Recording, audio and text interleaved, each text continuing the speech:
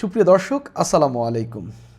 প্রধান উপদেষ্টার প্রেস সচিব শফিকুল আলম একটি স্ট্যাটাস দিয়েছেন। সেই স্ট্যাটাসে তিনি লিখেছেন, ভারতে পালিয়ে থাকা আওয়ামী লীগের নেতাকর্মীদেরকে যে ফিরিয়ে আনার বিষয়ে যে উদ্যোগ নেওয়া হচ্ছে, এই ফিরিয়ে আনাটা আসাদুজ্জামান খান কামালকে দিয়ে শুরু হবে। আমরা জানি আসাদুজ্জামান খান কামাল এবং শেখ হাসিনার একটি মামলার রায় ঘোষণা করা হয়েছে। সেই মামলায় দুজনকে মৃত্যুদণ্ড দেওয়া হয়েছে।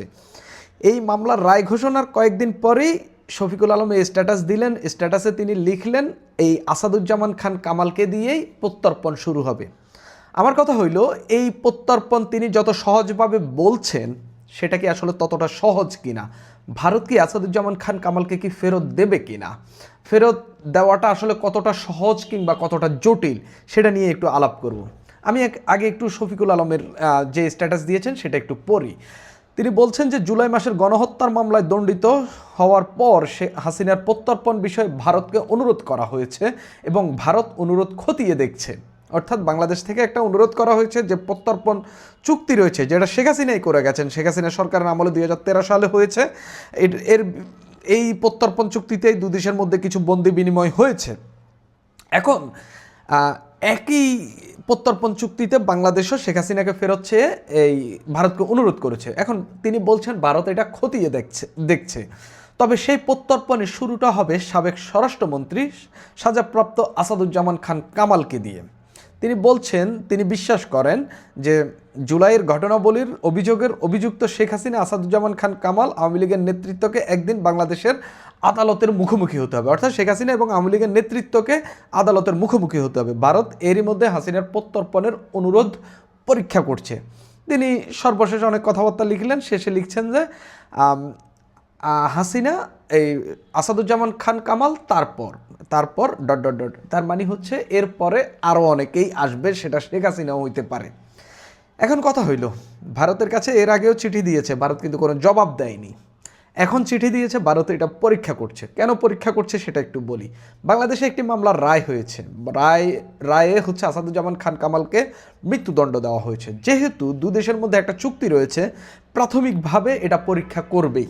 একেবারে আপনি শত্রু, একেবারে মুখোমুখি অবস্থানে থাকা দেশকেও যদি এরকম একটা প্রত্যর্পণ চুক্তি, এরকম একটা দণ্ড হওয়ার পর যদি একজন আসামির বিষয়ে অনুরোধ করেন, প্রত্যর্পণ করার অনুরোধ করেন বা বাংলাদেশে পাঠানোর জন্য অনুরোধ করেন, এটা পরীক্ষা করবে, মানে পরীক্ষার নাম করে ডিলে করবে বা নানান কিছু করার চেষ্টা করবে।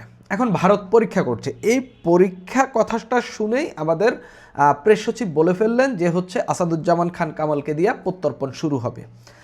এখন আপনি যদি আমাকে জিজ্ঞাসা করেন আসাদুজ্জামান খান কামালকে কি ভারত ফেরত দিচ্ছে কি না, দেখেন, সবচেয়ে গুরুত্বপূর্ণ কথা হইল, যদি আসাদুজ্জামান খান কামালকে ভারত ফেরত দিতে হয়, তাহলে ভারত শেখ হাসিনাকেও ফেরত দিতে হবে।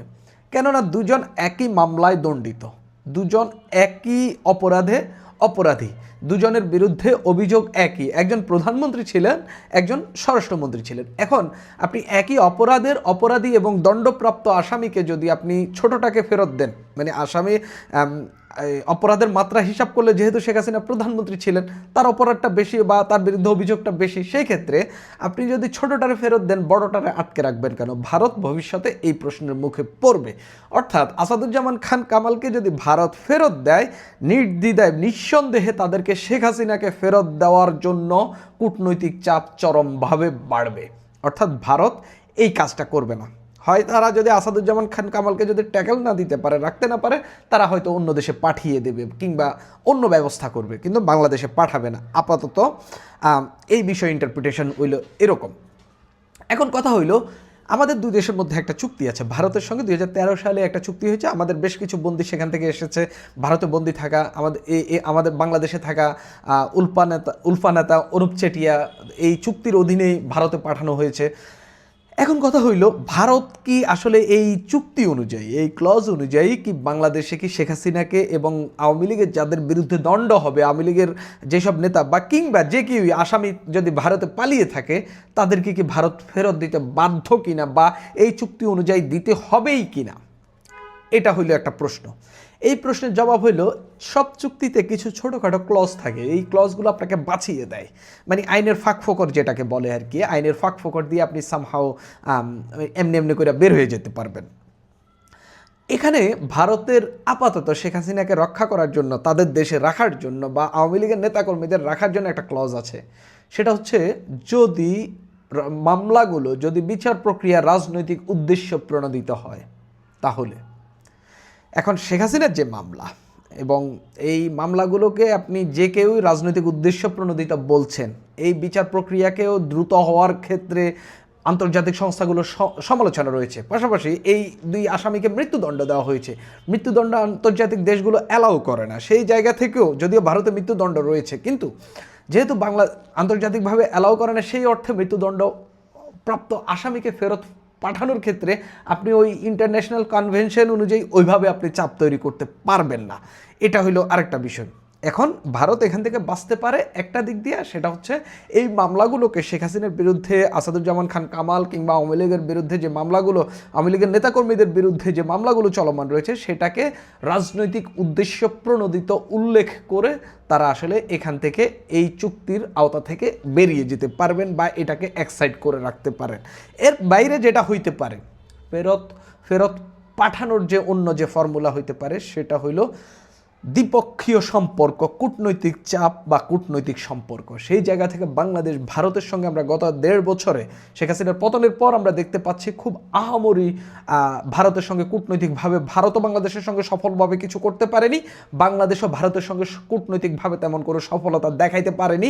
একটা বৈরী ভাব আমরা দেখতে পাচ্ছি এবং বাংলাদেশে ভারতের বিরুদ্ধে স্লোগান হচ্ছে, ভারতের নাগরিকরাও বাংলাদেশের নাগরিকদের বিরুদ্ধে এবং ভারতের মিডিয়া বাংলাদেশের বিরুদ্ধে নানান কথাবার্তা বলছেন। অর্থাৎ সম্পর্ক একেবারে সাপে নেউলে হয়ে উঠেছে। সেই জায়গা থেকে কূটনৈতিক চাপ বা কিংবা হচ্ছে ডক্টর মোহাম্মদ ইউনূসের সরকারের সঙ্গে ভারত কতটা নেগোসিয়েশন করে শেখ হাসিনাকে ফিরিয়ে আনতে পারেন, সেটা সম্ভবত ডক্টর মোহাম্মদ ইউনূস নিজেও বিশ্বাস করেন না বলে আমি মনে করি, কিংবা যিনি নেগোসিয়েশন করবেন কূটনীতিকরাও বিশ্বাস করবেন না বলে আমি মনে করি। পাশাপাশি ভারত শেখ হাসিনাকে ফেরত না দেওয়ার আরেকটা কারণ রয়েছে। কয়েকদিন আগে ভারতের একটা পত্রিকা দ্য ডিপ্লোমেট, সেখানে একটা কলাম লিখেছেন সুধারাম চন্দ্রন। তিনি দ্য ডিপ্লোমেটের দক্ষিণ এশিয়া বিষয়ক সম্পাদক। সেখানে তিনি একটা কলাম লিখেছেন। কলামে তিনি বলেছেন যে কারণে শেখ হাসিনাকে ভারত ফেরত দেবে না। তো এটার একটা উল্লেখযোগ্য কারণ তিনি বলেছেন, যেটা নিয়ে দীর্ঘদিন ধরে আলোচনা রয়েছে। ভারতের সঙ্গে আঞ্চলিক অনেক বন্ধু রয়েছে ভারতের, বিভিন্ন দেশে সরকার পরিবর্তন বা সরকারের সঙ্গে, যেমন আমাদের বাংলাদেশের শেখ হাসিনা সরকারের সঙ্গে ভারত খুব গভীরভাবে জড়িত ছিল। শেখ হাসিনা এখানে যেন নির্বাচন দিয়ে টিকে থাকতেন, ভারত এটাকে সমর্থন দিতেন। বিপরীতে ভারতের এই অঞ্চলে বাংলাদেশকে কেন্দ্র করে যে স্বার্থ রয়েছে, সেই স্বার্থ প্রোভাইড করতেন আওয়ামী লীগ সরকার, অর্থাৎ শেখ হাসিনা সরকার। সেই জায়গা থেকে একে অপরের পরিপূরক হিসাবে দুজনের মধ্যে ভালো বন্ধুত্ব ছিল। শেখ হাসিনা ভারতের বন্ধু, আর স্পেশালি বললে বিজেপি সরকারের খুব ভালো বন্ধু। এখন কংগ্রেস সরকার যদি আগামীতে ক্ষমতায় আসে, তাহলে কি কংগ্রেস সরকারের কি শত্রু হবে শেখ হাসিনা? একেবারেই না। আওয়ামী লীগ সবসময় ভারতে যে সরকারই ছিল তাদের বন্ধু ছিল। ইন্দিরা গান্ধীর সঙ্গে শেখ মুজিবুর রহমানের কী সম্পর্ক ছিল সেটা আমরা সকলেই জানি। সেই জায়গা থেকে ভারত মনে করে এই দেশে তাদের অন্যতম বন্ধু রাজনৈতিক দল হলো আওয়ামী লীগ। এই যে আওয়ামী লীগের চেয়েও বেশি সম্পর্ক হয়ে গেল শেখ হাসিনার সঙ্গে। সেই শেখ হাসিনা তাদের বন্ধু। সেই শেখ হাসিনা এখন বিপদে পড়েছে, ভারতে আশ্রয়ে রয়েছেন। সেই বন্ধুকে যদি তারা এখন আবার বাংলাদেশে ফেরত পাঠিয়ে যদি বিপদে ফেলে দেয়, আশপাশে তাদের যেসব আরও বন্ধুরাষ্ট্র রয়েছে, যেমন ধরেন যে নেপাল, ভুটান, খুব সম্পর্ক এখন ভালো না, কিন্তু তারপরেও বিভিন্ন সরকারে আসলে তো তারা কূটনৈতিক সম্পর্ক স্থাপন করবে। কোনো কোনো সরকারের সঙ্গে তাদের খুব গভীর সম্পর্ক হয় এবং ভারতপন্থী সরকার হিসাবে বিভিন্ন দেশের সরকার বসে আমরা জানি আশপাশের দেশগুলোতে।